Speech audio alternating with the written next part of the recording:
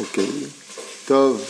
Shalom Uvracha. Chouv, on est toujours jeudi 26 du mois de Sivan, le 18 du mois de juin. Lechem Tovim ou Shalom.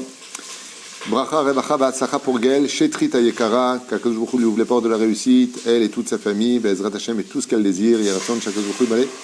Kol Mishalot, Libech, Labodato et Barach Bakum, l'école Kol. Gaël, Todarabah d'avoir acheté ce chiour, très important parce que c'est des halachot.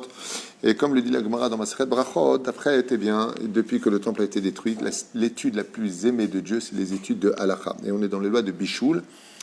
Donc, Yeratzon Kakjouchou, Mevachel, Lach, Mazal, Metsuyan, tout ce que tu désires, Bezrat Hashem, pour toi et toute ta famille. Je profiterai en même temps pour remercier tous ceux qui nous soutiennent par tous les moyens, que ce soit à droite et gauche, au Bichlalam. Donc, j'aimerais quand même citer quelques noms à toute vitesse, entre autres Ahava Mourer, Todaraba Keren Ankawa, Laurent Assous, Todaraba Mikol Alev. J'aimerais remercier aussi notre ami Yaakov Mordechai de Genève et en même temps Henri Meslati Ayakar, David Meslati, Maurice Meslati, une belle famille, que Dieu vous bénisse et surtout soyez toujours très unis.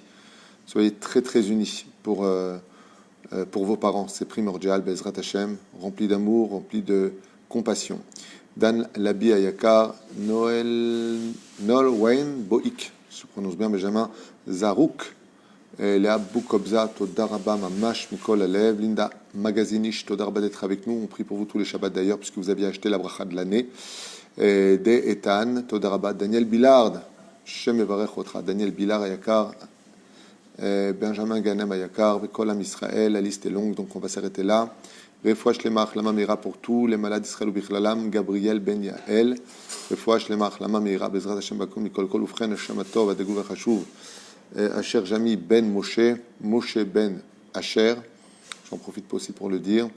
Une grande réussite pour Chaya, Esther, Bat, Rivka, Moratimi Akdosha, Batora, Sarah, Talia, Batefrat, Myriam. Vechoulé. Ce soir, je vous rappellerai, Bezrat Hashem, qu'on aura deux noms à faire, celui de Shalom et celui de Ruth à Moavia. Ruth, très joli nom, Ruth. Beaucoup de choses à dire sur ce nom d'ailleurs. Bezrat Hashem Beito Bismano. En attendant, on est Bishul Achar Bishul. Eh bien, comme je vous l'avais dit, en ce qui concerne la cuisson de Shabbat, il y a une loi qui enseigne qu'il n'y a pas de cuisson quand quelque chose est cuit. Mais même ça demande de l'étude. Ça veut dire quoi? Qu'il n'y a pas de bishul achar bishul. Est-ce qu'il est idbashel kol tzorko? Est-ce qu'il est cuit au point d'être consommable, c'est-à-dire totalement cuit? Est-ce qu'il est à moitié cuit, qu'on appelle ben derosai, cuisson minimale, mais qui est ce qu'on appelle le rosé pour une viande par exemple? Est-ce qu'il est totalement cuit, mais plus je le fais cuire et plus ça va devenir meilleur, ce qu'on appelle idbashel aval Bishul Nachon, donc il y a cuisson metovlo, idbashel veralo, il est cuit, mais la cuisson, plus ça cuit et moins c'est bon pour lui. Tout cela joue un rôle important des lois de Shabbat Kodesh. Et si on ne connaît pas ces lois-là, eh bien, on risquerait d'être des personnes qui entraverions le Shabbat. Et comme vous le savez, et l'enseigne la Mishnah, l'obéaden ou la date masrar mitzvah, personne de nous ne connaît le salaire des mitzvot, ce qui fait qu'on peut être shomer Shabbat selon ce que l'on pense, mais par manque de connaissances, faire des issourés Shabbat. D'où l'importance de ces shiurim, qui sont peut-être bizarrement les moins regardés, et c'est une très grave erreur. Les lois, les shiur d'alachot devraient être les shiurim les plus regardés du peuple d'Israël, car c'est l'étude principale de chacun de nous. Alors c'est vrai que c'est bien des études sur la paracha, puis Kabbalah, des études sur le moussar qui nous relèvent le moral. C'est vrai que c'est très important, mais c'est très important comme tavlin. Mais le repas principal, c'est les halachot. N'oubliez jamais. C'est-à-dire que si un jour vous avez 5 minutes à donner entre du moussar, de la halacha, de je ne sais pas qui, pas quoi, d'abord la halacha. La halacha, ça doit être le livre de chevet de chaque juif et juive toute notre vie durant. C'est-à-dire au minimum, comme vous avez remarqué, que le matin, par exemple, on dit Kol hashoneh shnei halachot bechol yom, 2 halachot chaque jour, muftah lu sheuban olam haba. Il n'y a pas marqué celui qui te dit du moussar tous les jours, il aura le olam haba. Celui qui fait une page de Gemara, il aura le olam haba. Mais 2 halachot, les Chachamim ont vu dans le monde d'en haut que tout celui qui lisait au moins 2 halachot, donc je vous donne un conseil d'amis, très important, si vous êtes surtout en famille, la mère avec les enfants, le mari avec la femme, à table, toujours 2 halachot. Ça prend 2 minutes, mais ça peut donner une éternité de bonheur, parce que c'est vraiment une étude désirée du Créateur du monde. Alors même s'il y a des gens pour qui ça barbe, eh bien, faites-le les Shem Shamaim, parce que Dieu aime cette étude. Tafshil Shinbashel Kol Tzorko, Veu Yavesh. Donc, une cuisson qui est sèche. Ça veut dire quoi sèche? Sans soupe, sans sauce. D'accord? Entre autres. Moutar al-Arzor ou le Chamambo Shabbat al-Gabea Plata.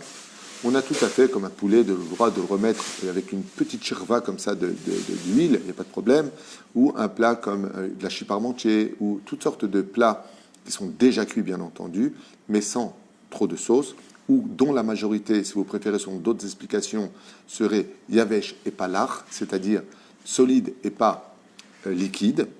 Av bechom shayat soledetbo, même si la plata de Shabbat est très chaude, on a le droit de les chauffer pendant Shabbat. Yesh omrim she'en la niach à la plata atzma, et là al sir amunach à la plata. Il y en a qui disent que c'est mieux de le mettre sur un intermédiaire entre la plata et la plaque de Shabbat et le sir lui-même, d'accord? Et là al sir amunach à la plata, donc de le poser même bichlal sur le sir. Top, mais nous les Sfaradim, on le pose sur la plata. Bien entendu, on pose le sir sur la plata, c'est ce que l'on fait nous. Davar Yavesh. Maintenant, un aliment solide. Shelon Bachel Lifne Shabbat, qui n'a pas été cuit depuis avant l'entrée de Shabbat. En Shorinoto Bemaim Chamim, on ne peut pas le mettre en bain-marie, on ne peut pas le mettre à chauffer comme ça, bien entendu. Shayat sur le telbo quand c'est klirishon. Donc, premier keli, Baem Aval Mutar la dire Bom Bemaim Chamim Bekli Sheni. Donc, est-ce que j'ai le droit de prendre quelque chose qui n'est pas cuit? Il y avait une question, par exemple, pour le chocolat. Est-ce que j'ai le droit de faire fondre du chocolat? Je dis franchement, quand on m'a posé la question, je ne savais pas comment on le faisait fondre à la base. Moi, je sais le manger, je ne sais pas le faire. Donc, c'est en bain-marie. Oui, dans ce cas-là, en bain-marie, klisheni, pas klirichon, on a le droit. Avant, le klirichon, assur, les harot, alav, mishum, donc chez Hérouille, mivachel, qui déclipa, même de verser du klirichon directement sur la nourriture qui n'est pas cuite depuis l'entrée de Shabbat est interdit parce que ça va même cuire de façon extérieure qu'on appelle klipa. Et Hérouille, mivachel, qui déclipa, c'est-à-dire qu'on va cuire même de l'extérieur quelque chose, on fait déjà un issou. Asur laniach tafshil sheno mevushal al gabe plata shena poelet vitif al acharzman al yede shaon Shabbat. Qu'est-ce qui se passerait si pendant Shabbat Kodesh je poserais sur ma plata alors qu'elle est sur shaon Shabbat, donc elle est éteinte, un aliment qui n'est pas du tout cuit et qui va se cuire pendant Shabbat, vadaï que c'est strictement interdit. Par contre, une soupe, nous les Sfaradim, on évite de mettre des liquides, même déjà cuits, pendant Shabbat, sur la plata. Mais si le shaon Shabbat est éteint, je peux le poser et qu'après ça s'allume. Oui, pourquoi? Parce que de toute façon, c'est déjà cuit, kol sorko. Mais je ne peux pas déposer, par exemple, le shaon Shabbat est éteint, je mets de l'eau froide et j'attends qu'elle se réchauffe. Donc je la réchauffe pendant Shabbat. Shayad, sur le bose, à sourd. C'est là. Barim shitrum la date. Moutar l'aniach lechem kafou, agal beplata. Mais si, par exemple, j'ai sorti un pain de mon congélateur, la question, c'est est-ce que j'aurai le droit de le poser sur la plata de Shabbat qui est allumée pendant Shabbat? Mutar la niach lechem kafu al gabe plata kede lechabem alechem ulam yesh laakpid laasir et gouché akerach shalab. Bevadaï qu'on peut tout à fait déposer du pain kafu, du pain congelé, sur la plata de Shabbat, à la condition où, eh bien, je tape sur le pain, je ne retire pas le mauvais du bon, on ne trie pas pendant Shabbat, mais je tape sur le pain pour faire tomber des gouchim, c'est-à-dire des blocs de glace.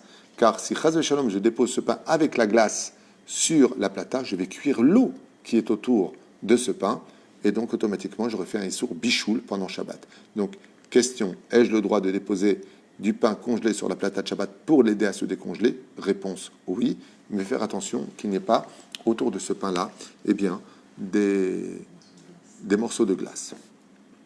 Ulaniach lechem al gabe plata kede laasot tzinimim yesh osrim.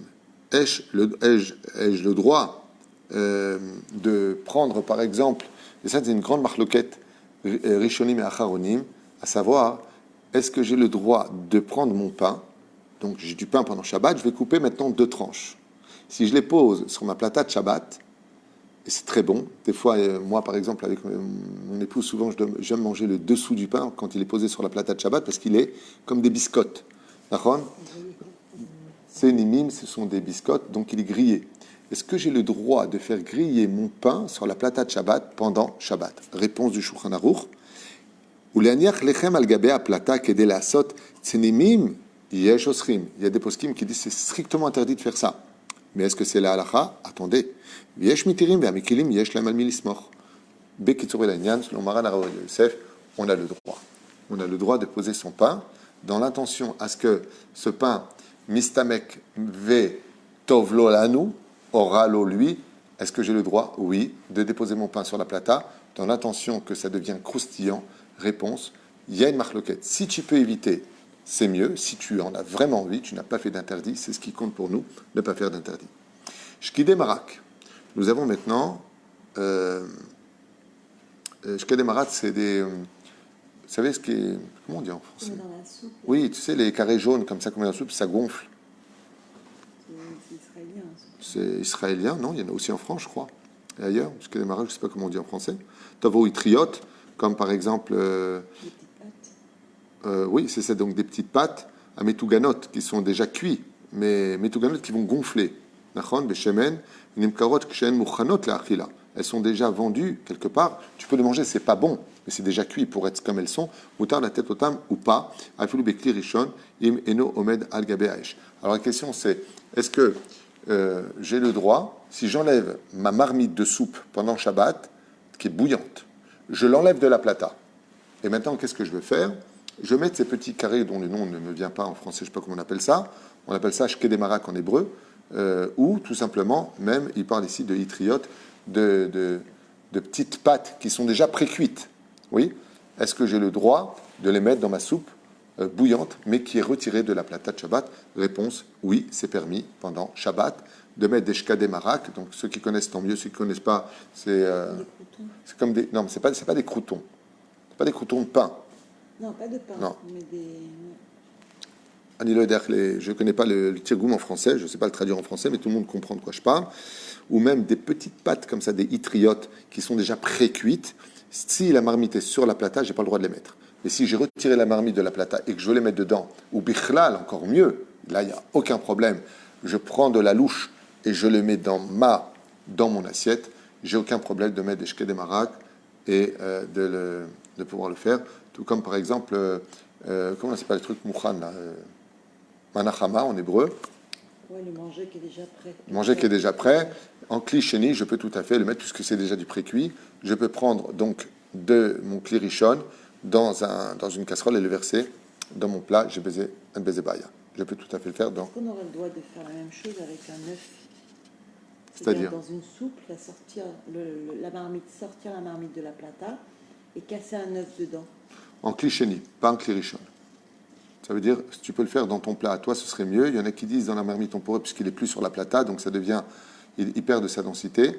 Avaladiv bekli sheni. C'est ça?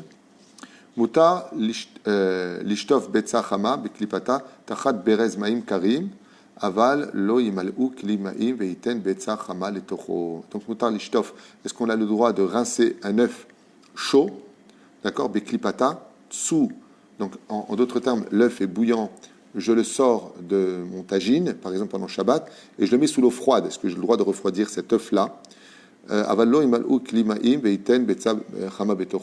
Oui. Si j'ouvre le robinet, est-ce que j'ai le droit de refroidir mon œuf bouillant pendant Shabbat? Oui. Mais je ne peux pas mettre mon œuf bouillant dans un verre où il y a de l'eau froide dedans. Ah oui. Okay. Parce que je vais créer un effet inverse. C'est souvent ça. Enfin, on ne fait pas ça, mais pour les œufs de la dafina. Alors, c'est de ça dont on parle. Est-ce que j'ai le droit de refroidir sous le robinet d'eau froide? Oui. Mais pas je prends de l'eau froide dans un kéli et je le mets dedans. D'accord. C'est à éviter. Là, c'est des choses qu'on vit tous les Shabbats et on ne sait pas si c'est permis ou interdit, d'où l'importance. Je demande juste une confirmation. Donc, on a le droit de préparer une manachama pendant Shabbat. Oui, Bekli Sheni. Il y en a qui disent Bekli Shlishi. Le mieux, c'est tu prends le verre, tu le remplis du Keli Rishon et tu le verses dans ta manachama, moutar. Et ça cuit pareil, quoi. Pas directement. Il y en a qui disent que je baisais marque lequel. Kli Sheni en baisé baya parce que c'est déjà cuit. Donc en réalité, il n'y a pas de problème de le faire. Maintenant, j'ai une question par rapport au biberon. Biberon. Les biberons, souvent, on met l'eau froide dans le biberon, on rajoute de l'eau chaude et après, on met la poudre de lait pour le bébé. En bezebaya. C'est clair. Directement dans le Kirishon? Ken. Le biberon avec l'eau froide. Ça veut dire quoi? J'ai pas compris. Le biberon, on le prépare comme ça. On met de l'eau froide. Parce que je me rappelle plus moi les biberons. Ça fait trop longtemps. On met de l'eau froide dans le biberon. Bon, irait. Qui met d'abord alcool. Ok. Puisqu'on est en plein dedans. Non, après il parle du café. Avalou d'abord alzé. Alors ce serait quoi toi ta question dont tu as le biberon. Oui. Tu mets de l'eau froide. Tu mets d'abord de l'eau froide dans le biberon? Toujours, on met de l'eau froide d'abord. Oui, Après, on met l'eau chaude. oui. D'accord. Et après, on met la poudre de lait dedans. Ok, et pourquoi vous mettez de l'eau? Ah, pour refroidir? Alors dans Klisheni, dans ce cas-là. L'eau chaude dans Klisheni? Ouais. On ne met pas directement sur le Adif, non, Adif est d'éviter. D'accord. Parce qu'on a peur que si c'est Klirishon, alors tu vas cuire l'eau froide qu'il y a dedans. Il y en a qui disent que non, puisque c'est déjà Klisheni. Le mieux, c'est de passer à Klisheni directement. D'accord. Mais c'est là. Et Mais on reviendra question sur tout pour ça à la fois. Il y en a plein, il y en a tellement la là. purée. La Oui. purée déjà faite, pré-cuite, dans les sachets. Ken, Klisheni. La purée Klisheni? Adif même Klish Lishi émet, mais comme c'est déjà précuit, on peut faire Klisheni. C'est là. Bo shkel marak, ça on l'a vu. D'abord, chez Nefa, on itzla mutar le bashlo beshabbat b'mashke. ולכן מותר ליתן פת לתוך מרק רותח שהיה צריך לתת בו. Est-ce que j'ai le droit de mettre mon pain dans une soupe bouillante? Bon, ça, c'est un peu la même halakha. Oui, réponse, il n'y a pas de problème. Assiette café. Alors le café, toujours pareil, on est dans le même principe. Le café et le thé sont des pré-cuits. D'accord? Donc c'est déjà pré-cuit. Maintenant, le problème qu'il y a, c'est que si je viens pour le cuire, je finis le travail. D'accord? Le café ne se consomme pas tel quel. Asur la rot maïm chamim al gabé thé. Le Shabbat, le thé est un problème pour la préparation, c'est-à-dire, le mieux c'est de faire un tamtzit, c'est-à-dire je prends 5 sachets de thé que je vais mettre dans une quantité d'eau valable pour tout le Shabbat, Faire un concentré de thé. En fin de compte, je vais me faire un sirop de thé. Pendant Shabbat, je prends ce concentré, je verse dans mon verre, et là, j'ai aucun problème de verser de l'eau chaude dessus et puis de boire mon thé. Si maintenant, je ne veux pas le boire comme ça parce qu'il perd de sa teneur. Et c'est vrai que c'est pas bon. Je me rappelle en yeshiva, quand j'étais en yeshiva, ils faisaient comme ça le thé. Il y avait un canne de thé qui était préparé avant l'entrée de Shabbat. Ça n'a pas le même goût. Asur la rot maïm chamim al gabé al l'été be Shabbat la sot tamtzit. Parce qu'on pourrait cuire. Donc je ne peux pas verser directement du kumkum sur le thé. Même bekli sheni yesh lesor, bekli shlishi, il n'y a pas de bichoul. Ce qui fait que kli rishon, c'est mon kumkum, kli sheni, c'est là où je vais le mettre et je le verse dans mon verre, directement, zemoutar. Donc, on en a déjà parlé dans les autres shiurim. Qu'est-ce que c'est kli rishon, sheni, shlishi? Je ne vais pas revenir dessus pour expliquer, vous avez un cours entier sur ça.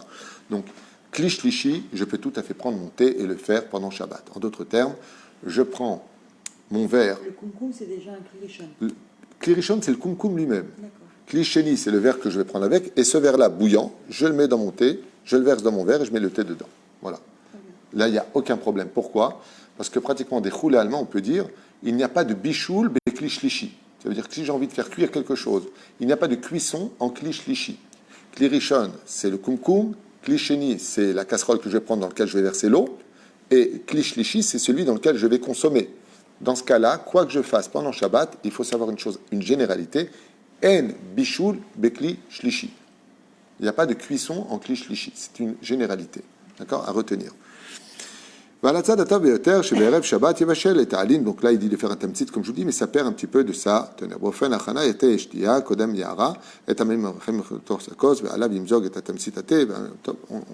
On a vu tout ça. Maintenant, le sachet de thé, on peut l'enlever normalement. Hein? Le sachet de thé, on peut l'enlever normalement. On peut tout à fait enlever le sachet de thé normalement. Pourquoi est-ce qu'on ne pourrait pas? Toi, tu fais allusion à borer. C'est-à-dire, je retire le mauvais du bon. C'est borer. Donc, si je retire mon mon sac de thé pendant Shabbat, j'aurai l'impression de retirer le mauvais du bon, de ce que je ne veux pas, de ce qui reste. Oui, mais on a une généralité quand on fera borer, c'est que si je retire avec le mauvais le bon qui est dedans, je n'ai pas fait borer. Donc, quel est le bon pour moi? C'est le liquide qui s'y trouve. En retirant mon sachet de thé, je retire aussi du liquide. Donc, j'ai fait aucun borer. Comme par exemple, une mouche qui tomberait dans le verre de kidouche. Si je retire que la mouche du verre de kidouche, j'ai trié pendant Shabbat. J'ai retiré le mauvais du bon. Donc, j'ai fait un issour de la Torah. Mais qu'est-ce que je fais? Je prends tout simplement une cuillère, je retire du vin avec la mouche, et donc je n'ai fait aucun interdit de Shabbat Kodesh. Je n'ai pas le droit de retirer le mauvais du bon, mais si je retire et du bon et du mauvais, comme par exemple, souvent les gens me disent, voilà, moi Shabbat, j'avais du riz avec des petits pois, et je voulais les petits pois, je voulais pas le riz. Si je retire le riz, bon, ça c'est encore un lien qu'il faut étudier. C'est-à-dire, je le retire pour qui? Pour moi, pour l'autre. Mais si je le retire, par exemple, je fais vraiment un borer. Je prends ce riz et je le mets dans une autre assiette. Alors là, j'ai vraiment un borer. D'accord? Est-ce que j'ai le droit ou pas? Réponse non. Mais si j'ai pris des petits pois avec en même temps, avec le riz, donc j'ai pas fait borer. Pourquoi? Parce que qu'est-ce qui était le bon pour moi? Les petits pois. Qu'est-ce qui était mauvais pour moi? Le riz. J'ai retiré le riz avec les petits pois. Donc, NBZ, din borer, je n'ai pas trié pendant Shabbat. Vous voyez, c'est encore une fois des petits détails, mais qui sont vraiment très hebdomadaires, puisque Shabbat est hebdomadaire, mais on peut le rencontrer. C'est très important de savoir qu'est-ce qui est permis de ce qui est interdit pendant Shabbat Kodesh dans ce domaine. Encore une question pour le thé. Il n'y a pas d'interdiction de colorer l'eau. C'est une question que vous Yafé Meod, Sheila Gdola Vetova, Machluket entre le Ben Ishraï et Maran Arav Ovadia Yosef. Excellente question. Est-ce qu'il y a une notion de peindre pendant Shabbat? Parce qu'on peignait les teintures au Beth Amikdash et c'est un issour. Il n'y a pas, selon Rav Ovadia Yosef, il n'y a pas, on ne colore pas les liquides pendant Shabbat, donc on peut tout à fait se faire un très très bon pastis pendant Shabbat, on peut tout à fait se faire des mélanges de couleurs, mais il y a des poskim qui disent que c'est un problème. Aval la lacha n'a pas été fixé comme ça pour cela pour nous. La reine en bezebaya. Mais quand c'est un verre en carton, alors il prend des fois la couleur du thé. Zélo méchané. C'est psychrecha dans le nichale.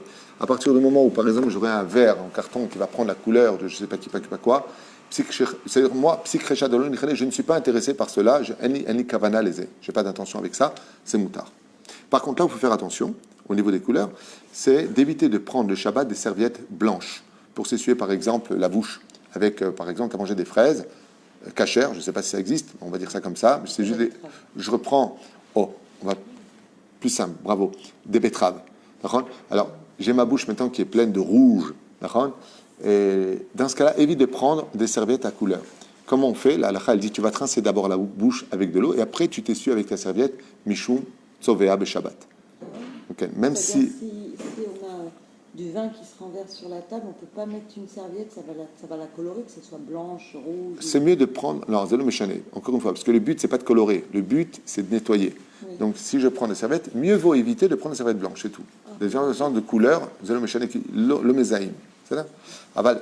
Même ça, c'est pas vraiment le problème. On parle des choses. Pourquoi, Dafka, j'ai pris la fraise? Parce qu'avant, les gens, le Shabbat, ils passaient la fraise sur leurs lèvres en guise de rouge à lèvres. Donc, c'était vraiment quelque chose qui était là pour colorer.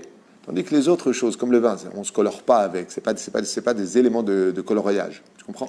Donc, c'est Zegvar Choné. Pour ça, la question, elle est un petit peu différente. D'accord? Juste par rapport au vin, ça ne rend pas le vin tamé d'avoir une mouche à l'intérieur? Non. C'est juste, on dit en français, dégueu. Ah, c'est crade, c'est maous. Ça veut dire quoi? Ça veut dire que si une personne est hysténis, d'accord? Maintenant, tu as acheté un vin, 1600 shekels le vin, c'est gonna fine. C'est-à-dire, si tu restes 3 gouttes dedans, tu as laissé 6 shekels à l'intérieur. Ok? Ça dépend des gens. Il y a des gens, ils ne boivent pas après une autre personne. Il y a des gens, s'il y a une mouche qui est rentrée dedans, il y a autant de microbes à l'intérieur qui font plus de dégâts qu'une mouche. Après, c'est une question de vision des choses. La question, c'est est-ce que, pour une personne qui ne serait pas dégoûtée de le boire, il y a une mouche qui est tombée dedans? Non, par rapport à l'insecte, je parle. Non, il y a un baiser chou mais sourd. Tu as retiré l'insecte, il n'y a pas de problème. Okay. Donc, tu as retiré l'insecte. Maintenant, après, c'est une question de vision. Alors, si tu as retiré l'insecte et qu'il s'est fait bouffer par un autre insecte, et tu as une partie qui est à l'intérieur, alors tu comptes est-ce qu'il y a pas tel béchichim ou pas. Après, tu rentres dans d'autres. Mais encore une fois, ça, c'est une question de vision. Si tu pars du principe qu'il y a une mouche qui est dedans, ah non, jette le verre, alors jette le verre. Alors, dans ce cas, jette le verre. Mais si tu tombes sur des gens qui, de toute façon, bon, il y a une mouche qui est tombée dedans, une menace, alors on enlève la mouche et on voit. Personne n'est mort parce qu'il a bu d'un verre de vin où il y avait une mouche qui était dedans. Ce qui compte, c'est de ne pas boire la mouche, par contre. Pourquoi on ne sait pas quel bracha faire? C'est une blague. Tov, on peut continuer? Juste une question. Par rapport au café, qu'est-ce que tu as dit alors? Ben, j'aimerais le dire. Ah, pardon. Hamoudim. Alors, le Rav Ovadia était formel dans ce domaine. Il n'y a aucun problème pour le café de mettre du café à l'intérieur du verre et de verser de l'eau bouillante, mikli rishon, et non pas klisheni. Il y a pour Rav Ovadia Yosef. Donc, directement du kumkum, vous prenez votre verre, vous mettez du café et vous versez l'eau bouillante dessus. Selon Ramaharan et Rav Ovadia Yosef, il n'y a aucun problème. Seulement. Il dit, si tu peux faire le contraire, c'est mieux. Voilà.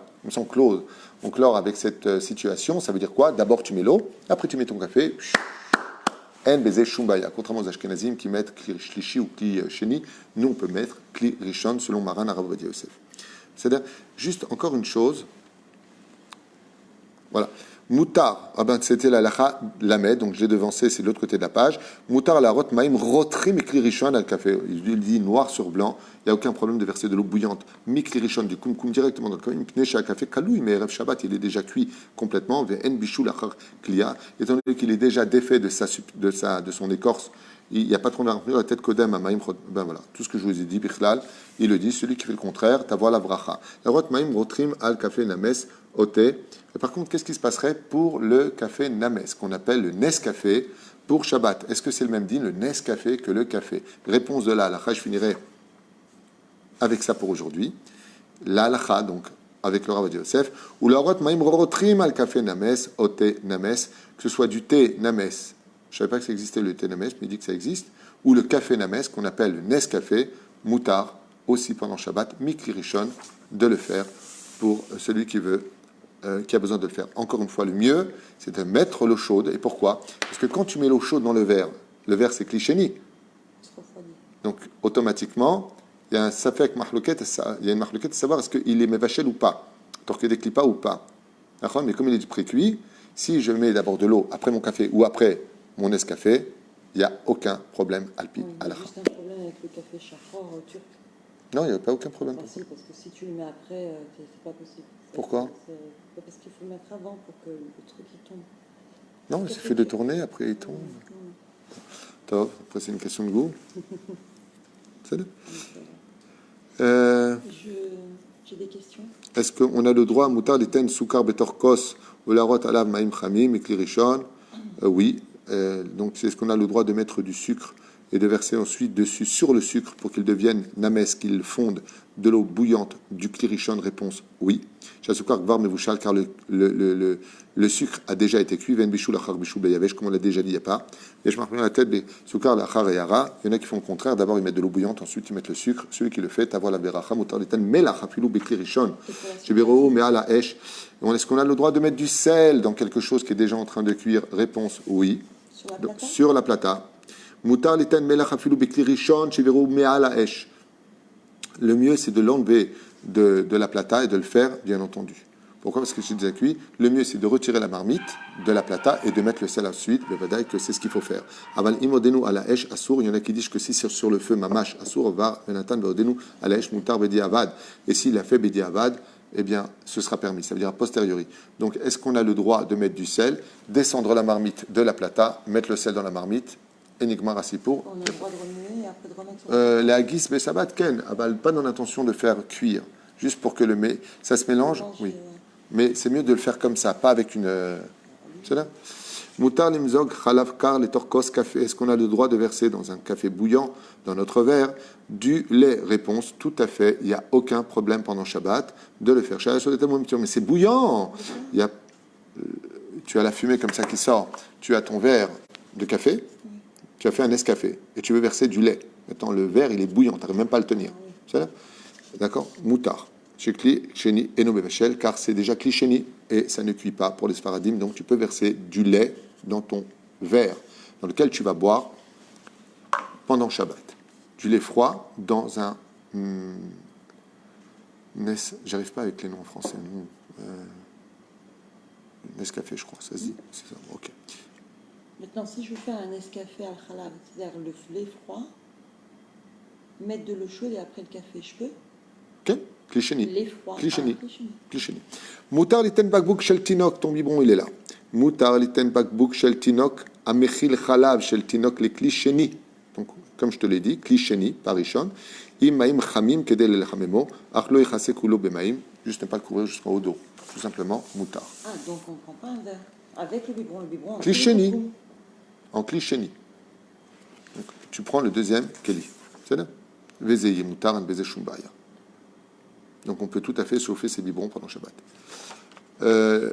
Chimum Maïm, c'est un nouveau siman. En réalité, c'est pas un nouveau siman, c'est un nouveau titre d'Alacha. Donc on va s'arrêter là, parce que j'ai aussi Tfilat Mincha à faire. Voilà un très très important shiur, et j'insiste beaucoup avec ceux qui me suivent, ceux qui font confiance en la Torah que j'enseigne, ceux qui me font confiance, ceux qui ont le rabbanim, de Vadaï, que vous devez les suivre. Je parle de ceux qui me suivent. Vraiment, parlez-en autour de vous. Si vous avez d'autres rabbanim qui enseignent les halachot, des rabbanim mousmachim, parce que d'enseigner les halachot, c'est très dangereux. Il ne faut pas faire d'erreur. Il ne faut pas avoir honte de dire je me suis trompé, parce qu'on est tous humains. Mais sachez que c'est les shiurim qui devraient être le plus regardés. C'est fait de la peine de voir des fois qu'on est 26 000 personnes ou 2600 personnes qui ont vu des shiurim. Waouh, super. Et là, à la chôte, on tombe sur 300, 400 personnes. C'est le contraire. Il faut vraiment qu'il y ait beaucoup plus de monde qui s'intéresse aux lois, parce que être un juif, ce n'est pas qu'une naissance d'une maman juive, c'est aussi un comportement de juif. Ken, Valérie? Peut-on réchauffer pendant Shabbat donc le bouillon de couscous, donc le samedi midi, C'est-à-dire, comment tu veux le réchauffer? sur la plata, Non, on ne peut pas. à moins qu'il y ait une minuterie. Ah, vous posez la question, est-ce qu'on peut la poser sur la plata? Réponse, on ne peut pas. Si ça a été fait, on peut quand même la consommer. Maintenant, comment on ferait quand on a un bon Tunisien, on a envie de manger son couscous boulette le Shabbat, si je ne peux pas poser mon bouillon, je ne vais pas le manger froid, c'est horrible. Réponse très simple, il y a des techniques. On met sa plata sur Shaon Shabbat, on dépose le bouillon donc avec la minuterie, on dépose le bouillon sur la plata quand c'est éteint, et ça va se rallumer. Bien entendu, le bouillon est tout cuit, elle ne va pas le faire cuire pendant Shabbat. Tout est déjà cuit, juste pour le chauffer, aucun problème. Elle pose sur la plata quand c'est sur éteint. Une demi-heure plus tard, un quart d'heure plus tard, ça s'allume. Une fois que ça s'allume, la plata devient chaude. Le mari rentre de la synagogue vers telle heure. Le bouillon est déjà fine. Et si c'est Chalak et Bet Yosef et que c'est très bon, elle m'invite, je viens manger. Voilà. Et est-ce qu'on pourrait mettre une couverture sur la marmite? C'est Sedin Matmin. On peut, à la condition que ça ne couvre pas tous les côtés. Ça s'appelle Atmin Beshabbat. C'est un sujet qu'on va développer en temps et en heure. Stam posé Ken Mutar. Aïkar que ça ne couvre pas. Ken. Ça s'appelle Atmin pendant Shabbat. Est-ce qu'on a le droit de déposer une couverture sur ce qu'on appelle Mosif Hevel dans la halacha? Ça va rajouter de la chaleur.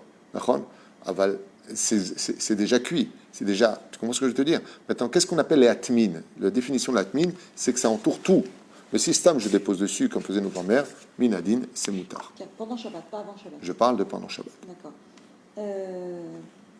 De toute façon, ces lois-là, on les reverra. Aïkar, c'est juste poser, comme un mircé. Juste consolider le mircé. D'accord. Tu as parlé de sel, mais est-ce qu'on pourrait rajouter aussi des épices? Ken, c'est pareil. Si elles sont, les épices, c'est comme le sel, c'est déjà précuit. D'accord. Est-ce que la personne peut tremper? Mais attention, les épices, pas dans la marmite, sur la plata, en dehors. En dehors de la plata, oui. Est-ce qu'on peut tremper un aliment froid et sec dans le plat de Shabbat qui, lui, est chaud? Dans le plat de Shabbat, là où tu vas manger, dans ton plat à toi? Parce que je vous explique, quand vous prenez la marmite et que vous le mettez dans le bocal, le truc de bouillon, là, comment on appelle ça? Non, je viens de dire la marmite, oui. On le dépose dans un espèce de récipient. Oui. Comment ça s'appelle ce récipient? Le saladier, la soupière. Soupière, voilà, c'est ça. Bon, merci pour le mot soupière. C'est déjà clichéni. Ton assiette, c'est donc cliché, tu fais ce que tu veux là-bas. Cliché, tu mets ce que tu veux dedans. Tu peux même mettre du cru, tu as la belle-mère, tout ce que tu veux, pas de problème. Okay. Maintenant, c'est peut-être, je ne sais pas si ça veut dire ça, mais est-ce que lui, peut-être qu'il veut dire, imagine qu'on a une viande froide qui est cuite. Hein, oui, cuite. Elle est sec. Maintenant, on a fait cuire, par exemple, une daphina. Elle est là-bas toute la nuit. Est-ce qu'on a le droit de prendre cet aliment froid et sec, de le rajouter dans la daphina qui est sur la plata? Il n'y a pas de problème. Il n'y a pas de problème. Non. Pourquoi? C'est yavesh. C'est déjà complètement cuit.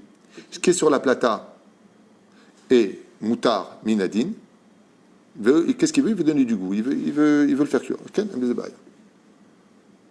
C'est pas qu'il rajoute du bouillon. C'est le contraire aurait été interdit. Mais là, c'est bécédaire. Oui.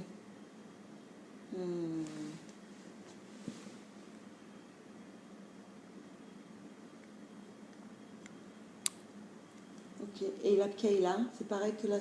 C'est bon, la pkaïla, mais il faut savoir la faire. Alors, mesdames, avant de parler de la chod de la pkaïla, d'abord, est-ce que vous savez la faire? Zot she'ela me'od me'od gdola. Tov. La pkaïla, c'est un problème parce que c'est pas roubo yavesh. La pkaïla, c'est plein d'huile. C'est d'ailleurs que de l'huile. C'est très bon, c'est très agréable. Seulement, on ne peut pas la mettre sur la plata de Shabbat, même s'il y a des solides dedans, parce qu'on est intéressé par l'huile de la pkaïla. Ça veut dire que si on n'était pas du tout intéressé, qu'il y aurait moins, par exemple, de liquide que de solide, et on n'est pas intéressé par le liquide, on aurait pu la doune. Mais étant donné que la pkaïla est un plat qui se mange dans son ensemble, on est intéressé par le liquide et donc on le fait cuire. Dans ce cas-là, pour la pkaïla, Shaon Shabbat, quand c'est éteint, on la pose sur la plata, mais on ne peut pas la déposer pendant Shabbat, sous prétexte qu'il y a quand même beaucoup de liquide, il y a beaucoup de solide dedans. C'est un problème. Si on est invité, okay. et que la personne, elle a fait comme ça. J'ai déjà expliqué que si vous êtes invité et que la personne a fait une belle praïla, et pour elle, elle ne savait pas qu'on ne pouvait pas la poser sur le plateau de Shabbat, il est totalement permis, puisque le Rambam, par exemple, entre autres, il posait qu'il n'y a pas de cuisson après la cuisson pour le solide comme pour le liquide. Donc automatiquement, j'ai sur qui compter. Ne pas le faire, les khatrila comme font les yéménites qui suivent le Rambam, mais Bediabat, si ça a été fait, comme les Ashkenazim, en bezebaya. Si quelqu'un pose par inadvertance sa soupe sur la plata de Shabbat, il ne savait pas que c'est interdit de la faire cuire, même si c'est un sfarad, ou même si c'est un ashkenaz. Vous allez chez un ashkenaz, eux, ils le font. D'accord? Ben, est-ce que moi, en tant que sfarad, je peux manger? Oui. Je n'ai pas fait de issour. Mais ne pas le faire les khatrila. C'est là? Bien.